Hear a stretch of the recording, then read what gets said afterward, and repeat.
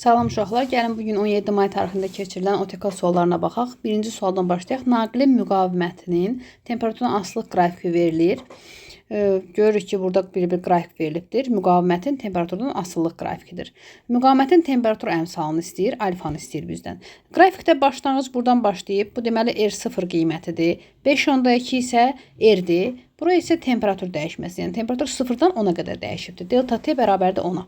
Biz bilirik ki, metallar üçün R bərabərdir R0, bir üstə gələ alfa T'dir, alfa delta T'dir.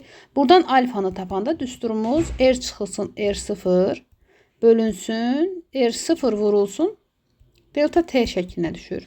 Hesablayıb görərik ki, R 5.2'dir, R0 5'dir. R0 5 vurulsun 10. 0.2 bölünsün 50. Bu da 0.2 0.4 bir dənə də 0,4 Kelvin üstü -1 eləyər. Cavab C variantı. 32-ci sualda deyir ki, sabit temperaturda ideal qazın təzyiqinin həcmindən asılılıq qrafik verilibdir. Hansı hissədə qazın kütləsi artar? Biz Mendeleyev-Clapeyron tənliyi bilirik ki, PV bərabərdir M bölünsün M RT şəklindədir. Kütləni buradan tapsaq, PV M bölünsün RT olar.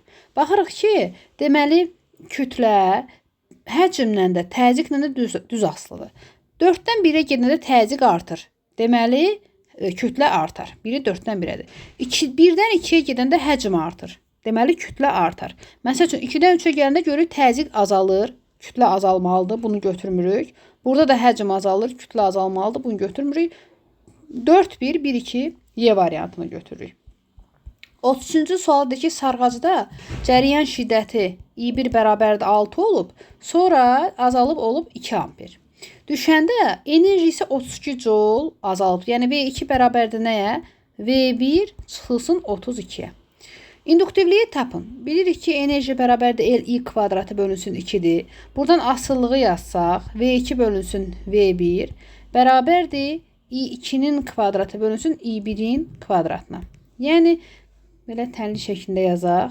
Yəni, V2-nin yerinə V1 çıxılsın 32 bölünsün V1 bərabərdir 2-nin kvadratı 4 bölünsün 6-nın kvadratı 36-ya. Bu da eləyər 9'da 1. İxtisar gedəndə. Aha, sonra 9'u vurarıq kəsrin sürətinə. Yazarıq 9V1 çıxılsın 32 vurulsun 9 bərabərdir. Yerim çatmadı. Biraz belə eləyək. Aha, bərabərdir nəyə? 1 vurulsun V1'ə. Tənasüblə burada belə tapdıq. V1'i bu tərəfə keçirərəm. 8V1 eləyər. Bu da bu tərəfə keçər. 32 vurulsun 9. V1'i tapanda eləyər 32 vurur 9 bölünsün 8. Bu da ixtisar gedər. 4 vurulsun 9. V1 bərabər oldu nəyə? 36'ya. Bizdən induktivliyi istəyir. Bu düsturdan induktivliyi tapsaq. L bərabər nəyə? 2 enerji bölünsün I kvadratına.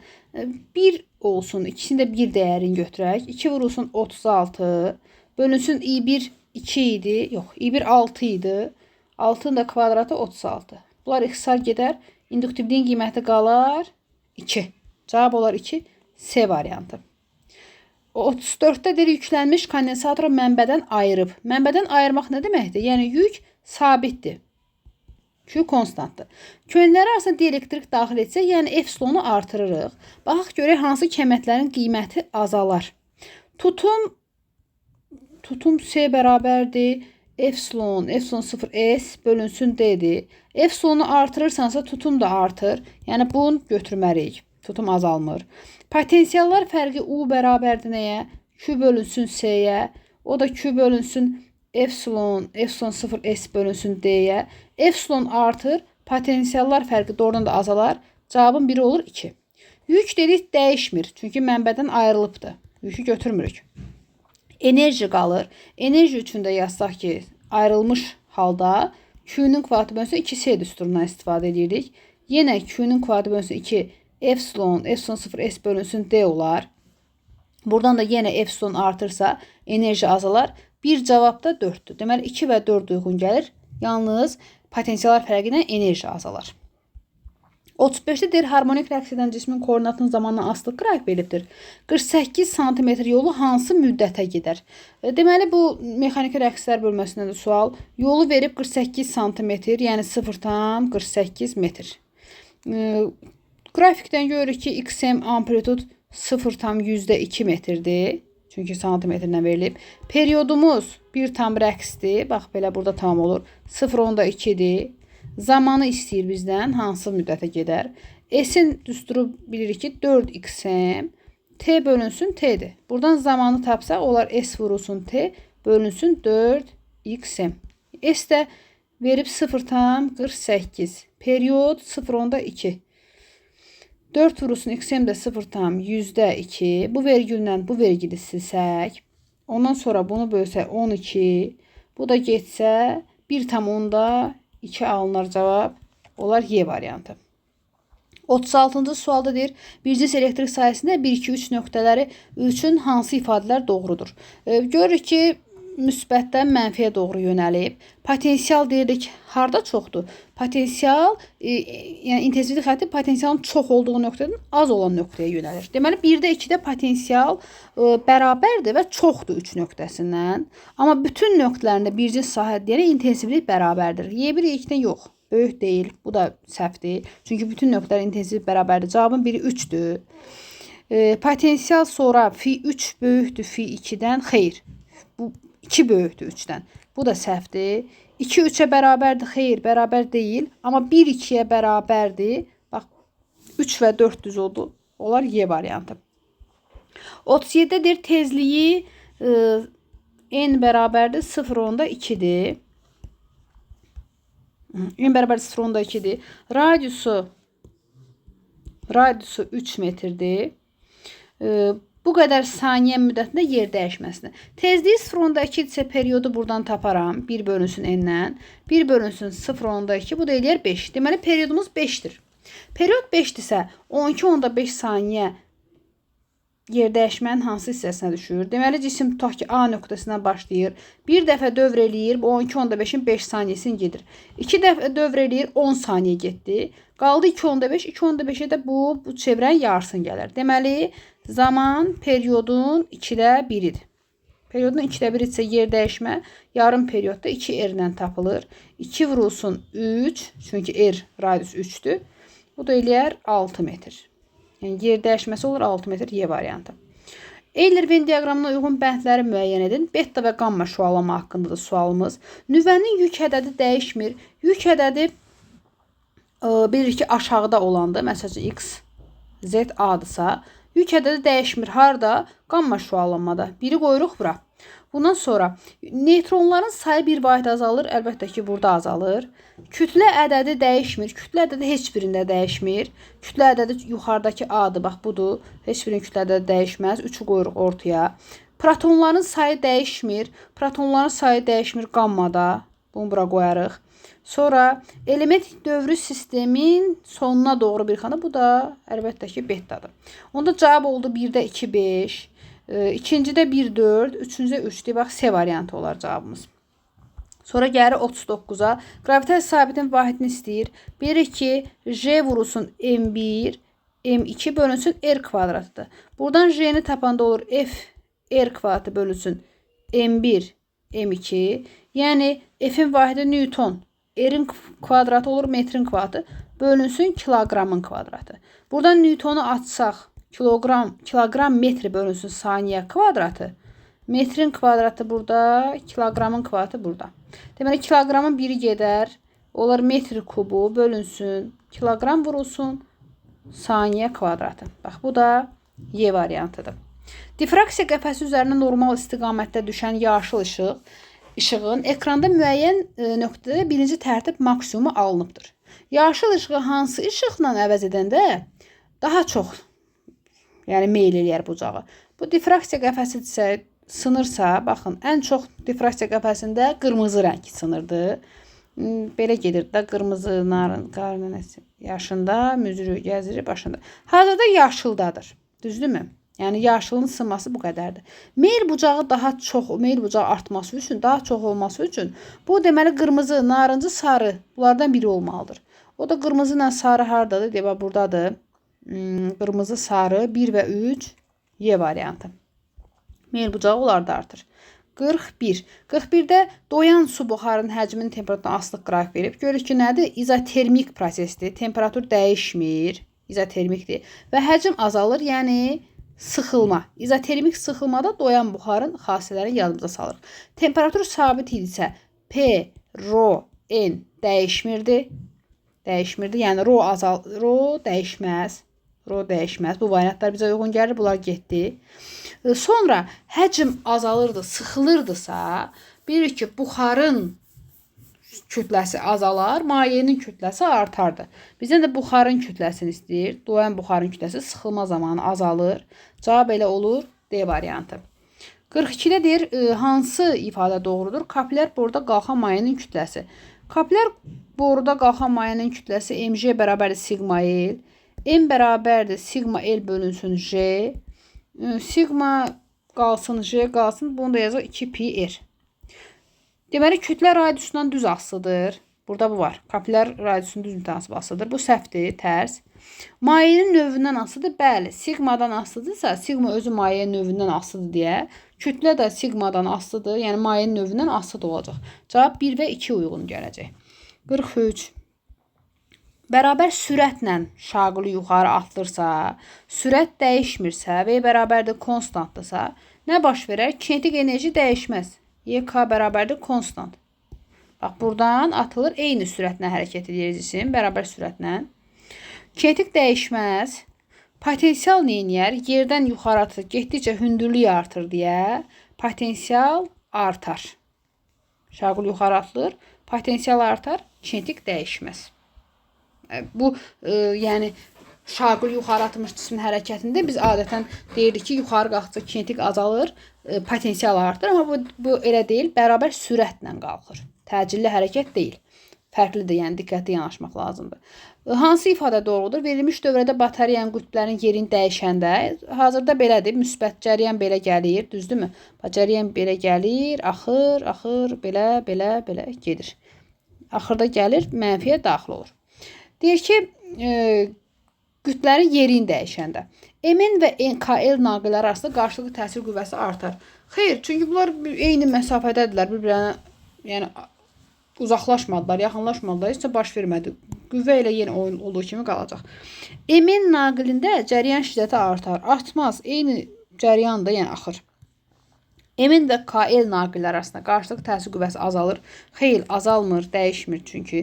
Mn naqilində cəryan istiqaməti dəyişər. Fikir verin, müsbəti bu tərəfə qoysaq, mənfini bu tərəfə qoysaq, belə, cəryan indi əksinə axacaq.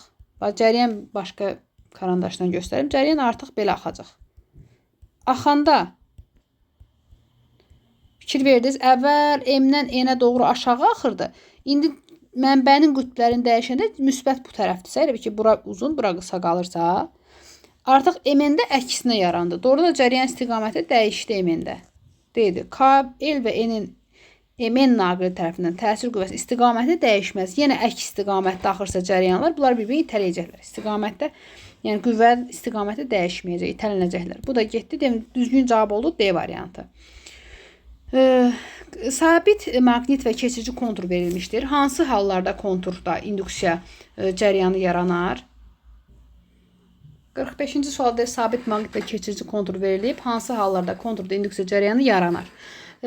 Maqniti bilirik ki, yaxınlaşdıranda, bir də uzaqlaşdıranda yaranır və yaxud da halqanı ona yaxınlaşdırsan yaranar. İndi gəlin variantları oxuyaq. Sükunətdəki kontura sabit maqniti yaxınlaşdıranda, bəli, yaxınlaşdıranda buradan keçən induksiya, B induksiyalar artacaq. B induksiya artdıqca da induksiya cəryanı yaranacaq. Fi artacaq, induksiya cəryanı yaranacaq.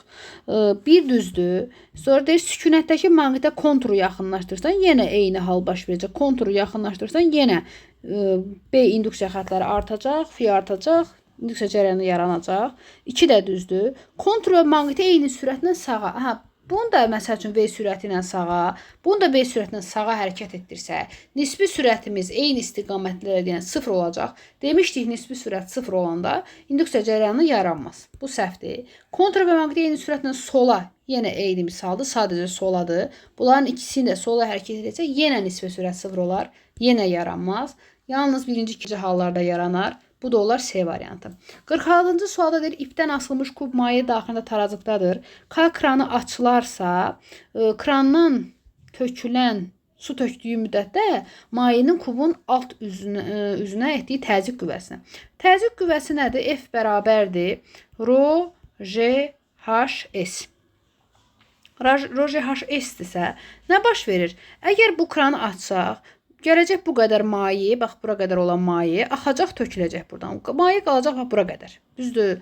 Hündürlük azaldı. Mayenin hündürlüyü maye üstünü. Bax bu hündürlük əvvəl bu qədər idi. Sonra oldu bu qədər. Hündürlük azaldı deyənə təzyiq qüvvəsi, yəni aşağıdan göstərən təzyiq qüvvəsi azalar. T gərilmə qüvvəsi üçün şərt yazsaq, tarazıq şərtini, görək indi nəyə bərabər olur? T gərilmə yuxarı, F Arximed yuxarı və mg aşağıdır. Tarazıq şərtini yazsaq, T üstə F Arximed bərabərdir mg-yə. Bunu bilirik. Və buradan gərilməni soruşur, yəni gərilməni tapsaq, mg çıxılsın F Arximeddir. T bərabərdir mg çıxılsın F Arximed də lap açaq Rho maye J V batan. Yəni V cisim batan həcmi.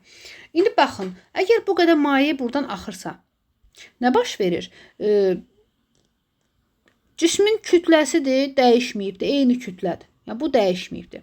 Sonra mayenin sıxlığıdır, eyni mayedir, dəyişməyibdir. Batan hissə də yenə mayenin daxilindədir, dəyişməyibdir. Yəni, bu kəmətlərin heç biri dəyişməyib deyə T gərilmə qüvvəsi dəyişməz.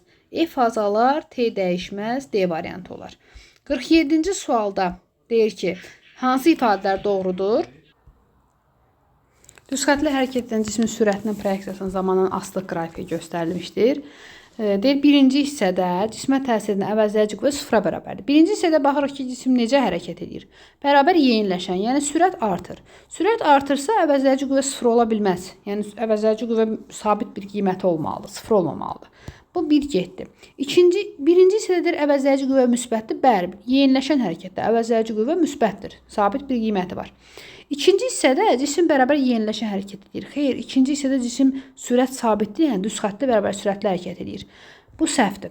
Üçüncü hissədə əvəzləyici qüvvə hərəkət istiqamətinin əksinə yönəlib. Bəli, üçüncü hissə yavaşlayan hərəkətdir. Sürət x ox istiqamətində, təcil isə x oxun əksinədir, yavaşlayan hərəkətdir. Təcil bu tərəfədirsə, qüvvə də demişik özünü təcil kimi aparır. O da x oxun əksinə bu tərəfə yönəlir. 4 düzdür. 2 və 4 Y variantı. 48-ci sualda deyir, şəkildə göstərilmiş bloklardan yüklər taracıqdadır. İpin sərbəst ucuna tətbiq olunan qüvvələr bərabər olarsa, bu qüvvələr bərabər olarsa, kütlələr arasında münasibət doğrudur. Hansında? Deməli, burada tərpənməz blokdur. F bərabərdir nəyə? Sadəcə M1J-yə. Buradan bir M1J var. Çəkisi. F, bura F-dirsə, burada eyni ipdə eyni gəlmə F qüvvəsi yaranır. Və bura nə də artır? 2F də artır. M2J-ni buradan yazaq. M2J-ni də artır 2F. Deməli, F buradan tapsaq, bax buradan F tapsaq, nə olar? M2J bölünsün 2.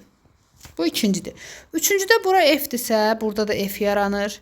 Sonra bura F, burada da eyni ipdir. Yenə F yaranır. Buranın axırda 2 dənə F də artır.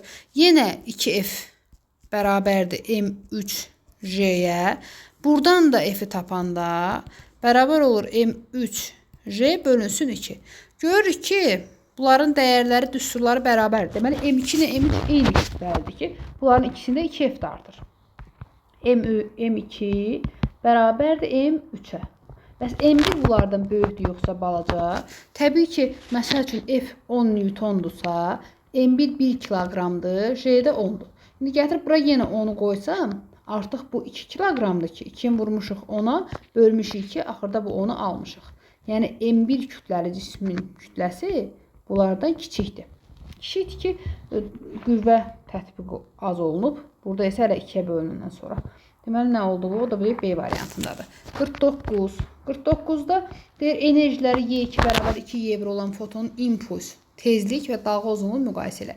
Bilirik ki, fotonun enerjisi Y bərabərdir H nüdür, ya da ki, HC bölə lambdadır. Yəni, tezliklə düzdür, lambda ilə tərs axsıdır. Tezliklə düz axsıdırsa, onda Y2 bərabər 2Y1-dirsə, nü2 də bərabər olacaq 2 nü1-ə. Çünki tezliklə düz axsıdır. Biri 4-dür. Lambda ilə tərs axsıdırsa, lambda 1 bərabərdir. 2 lambda 2 olar. Elə variant yoxdur, əksi var. Bu da səhvdir. İmpulsa baxırıq. 1, 2, Y bərabər nəyə? M, C vurulsun C, yəni P vurulsun C-dir. Y həm də impulsla düz axsıdırsa, onda buradan bax bu şərtdən, bu şərtdən düz axsıdırsa, bu da elə P2 bərabərdir. 2P1 olar. Bu da olur birinci. 1 və 4 düzdür. Olar C variantı. 50-də hansı halda cismin çəkisi artar deyir. Çəkir nə vaxt artır, nə vaxt cismin əlavə yükləməyə məruz qalırdı? 4 halda yuxarı yeyinləşən, yuxarı A təcili ilə hərəkət, sonra aşağı yavaşlayan, bir də çökük körpüdə idi. İndi baxaq görə hansı variant burada? Aşağı yeyinləşən yox. MJ-A-dır burada. MJ-A-dır. Yuxarı bərabər sürətli elə MJ-dir. Yuxarı doğru bərabər yavaşlayan, yuxarı MJ plus A-dır. Yavaşlayan amma təcil mənfi olur. MJ minus A olur. Yuxarı yeyinləşən odur ki, həm yuxarı müsbətdir. Yeyinləşən də işarəni dəyişmir. Bax, burada çəkisi artır. Burada isə aşağı bərabər sürətlidir, MJ-yə bərabərdir. Cavab olar D variantı. 51-də sudakı sürəti 6-dır, durğun suda. Yəni, katerin özünün sürəti 6-dır. Amma çayın axını əks istiqamətdə üzəndə 120 metr məsafə 30 saniyə gedirsə, sürəti nə qədər olar? Yəni, 120 bölünsün 34. Sürəti olar 4. Deməli, çayın, bu qayığın öz sürəti, katerin öz sürəti 6-dır. Çayın əksinə yenə 4 olur. Deməli, çayın sürəti nədir? 2-dir də. Çayın sürəti 2-dir ki, ona mane olur, 6-dan çıxırsan 2-yə 4 qalır. 52-ci sualda sərtliyi müəyyən edin. Bilirik ki, sərtlik nəyə bərabərdir? F bölünsün X-a. F-i dinamometrlə ölçərik. Dinamometrlə. X-i da nə ilə? Xətkeşlə, ölçü lenti ilə. Ona görə 2 və 4 olar A variantı.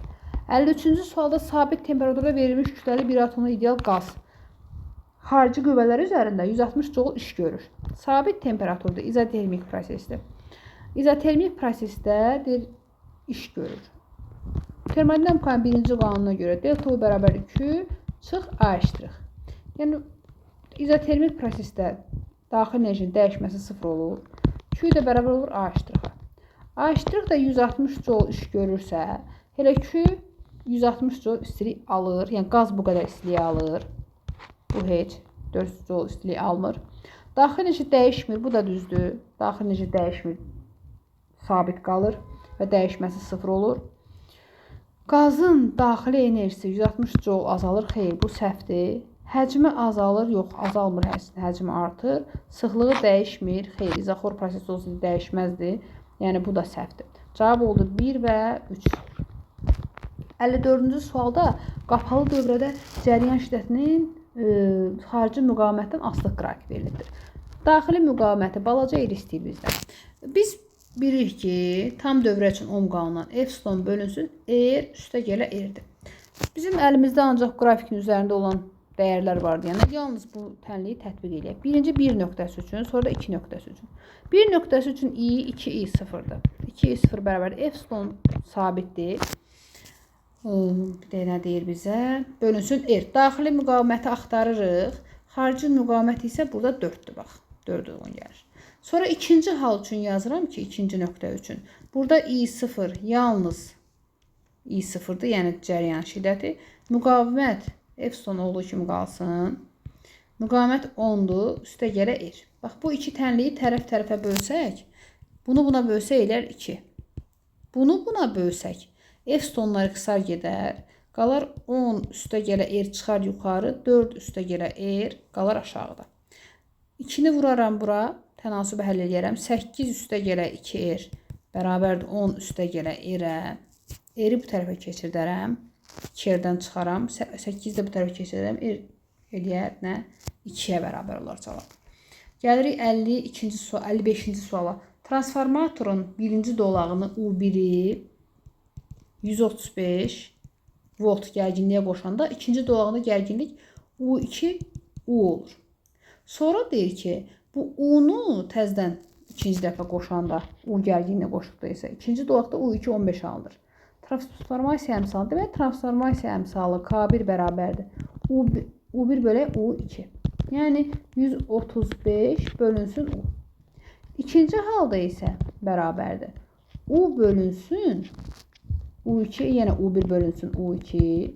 Artıq burada U1 U-dur, U2 15-dir. Və bu transformasiya əmsalları bir-birinə bərabərləşdiririk. 135 bölünsün U, bərabərdir U bölünsün 15. U-nun kvadratı bərabərdir 135 vurulsun 15. 135-i yazsaq 45 vurulsun 3 kimi. Bu da 15 kimi. Deməli, bu da 45, bu da 45. U bərabər olur 45-ə. U-nu tapdıq. İndi gətirib K-nı tapsaq buradan, burada yazım da. K bərabərdir U1 bölə U2-dirsə, məsəl üçün birinci bax bununla yazaq. 135 bölünsün 45 eləyər 3. Və yaxud da bura üçün yazsam, 45 bölünsün 15 yenə eləyər 3. Yəni, cavab olar transformasiya əmsalı üçün 3. Rəqs konturunda elektrik sahəsinin enerjisi maqnit sahəsinin enerjisindən 3 dəfə böyük olanda cəryan şiddəti 0,3-dür. I maksimalı, cəryanın şiddəti maksimal qiymətini tapın. Tam enerji bərabərdir V elektrik üstə V maqnit. Gətirib bu qiyməti yerinə qoysaq bura. V tam bərabər olacaq nəyə? 4 dənə V maqnitə. Və düsturları yazsaq LIM-in kvadratı bölünsün 2 bərabərdir 4 vurulsun LI kvadratı bölünsün 2. 2-lər getdi, L-lər getdi. Qaldı buradan IM-in kvadratı bərabər 4I-nin kvadratı. Hər tərəfdən kök alsaq IM bərabər 2I. I də 0,3-dür. Bura qoysaq 2 vurulsun 0,3. Bu da eləyər 0,6. Cavab olar 0,6. 57-yə baxırıq. Düz xətli hərəkətdən cismə təsir edən qüvvələrin əvəzləyicisinin işi ilə sürətin proyeksiyasının zamanı astık tənliklərin arasında uyğunluğu müəyyən edilir. Əvəzləyici qüvvə nə vaxt müsbətdir? Demişik ki, yeyinləşən hərəkətdə, nə vaxt mənfidir, yavaşlayan hərəkətdə, nə vaxt sıfıra bərabərdir, düz xətlidə və yaxud da sükunətdə olanda. İndi baxaq, birinci tənlik necə hərəkətdir? Yeyinləşəndir, elə bu müsbətə uyğundur bura. İkinci tənlik yavaşlayandır, çünki biri mənfidir, biri müsbətdir, sürət müsbət mənfidir, təcil müsbətdir, yəni yavaşlayandır. Bunu bura yazıram. Burada ikisi də mənfidir, yeyinləşəndir. S-ni bura yazıram. S-dir bu. Burada yavaşlayandır, bir müsbət, bir mənfi. D-ni bura yazıram. Burada isə cisim sürətdir. Sabit sürətlə hərəkət edir. Düz xəttə bərabər sürətlidir. O da olar, bax bura. Əvəzləyici qüvvə 0-a bərabərdir. Oldu, deməli 1 AC, 2 BD, 3 isə Y-dir. 58-ci sual deyir, kütləsi, yaydan bağlanmış kütləsi 120 qram, yəni 0,10 yox. 1000-ə böləndə 0,12 kiloqram olan cismin amplitudu, yəni XM-imiz bərabərdir 0,1 metrə. 100-ə bölürəm. 8 saniyə ərzində, T bərabərdir 8 saniyə ərzində 4 metr yol gedir. Pi kvadratı 10-dur. Sərtliyi istəyir.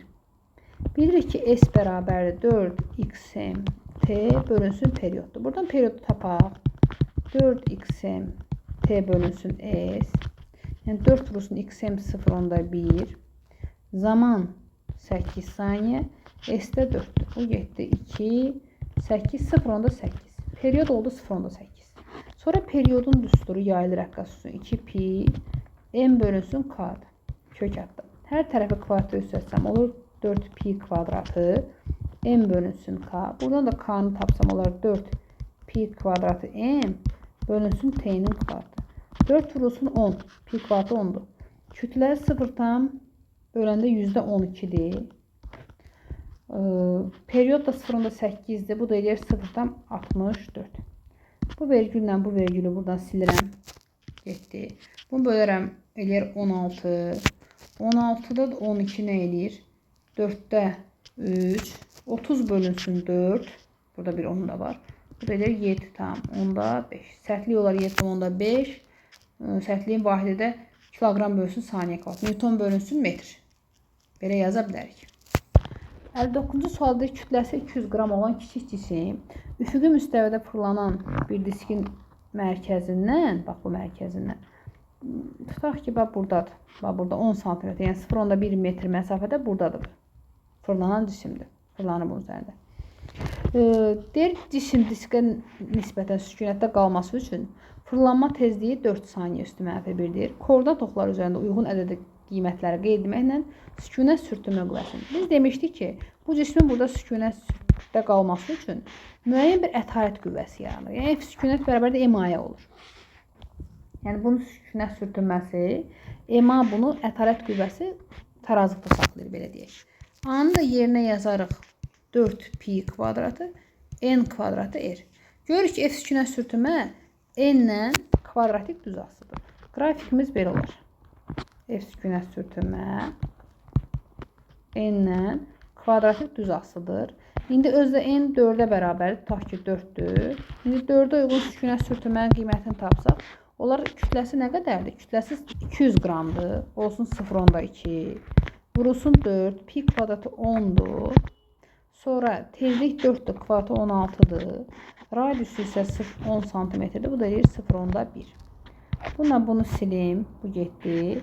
2'ni 4'ü vuranda 64, 64'ü də 2'ye vuranda 128, burada bir dənə vergül 12.8. F sükunət sürtünmən 12.8 qiymətli uyğun gəlir. Bax, cavab olur budur. Qrafiki qiymətləri qoymaqla çəkdik. Klinikada həkim xəstəyə toplayıcı linzalı eynək təklif edir. Xəstə hansı göz qüsuruna malikdir? Bilirik ki, yaxın görmə qüsurlu gözə səpəci linza, uzaq görmə qüsurlu gözə isə toplayıcı linza lazımdır. Toplayıcı linza yəni müəyyən edibsə, deməli bu uzaq görmə qüsurludur. Yəni gördüyü uzaq görmədir. Uzağı görür, yaxını görə bilmir. O da həmin gözdədir. Nədir? Cavabınızı əsaslandırın. Burada gözdə gəlirdi, düzdürmü? Gəlirdi, uzaqda toplaşırdı da. Burada toplayıcı linza yazır ki, bu gözə. Toplayıcı linza yazır ki, biraz qarşıda toplaşsın. Yəni uzaq görmə qüsurlu gözdə toplayıcı linza istifadə olunur. Bu qədər.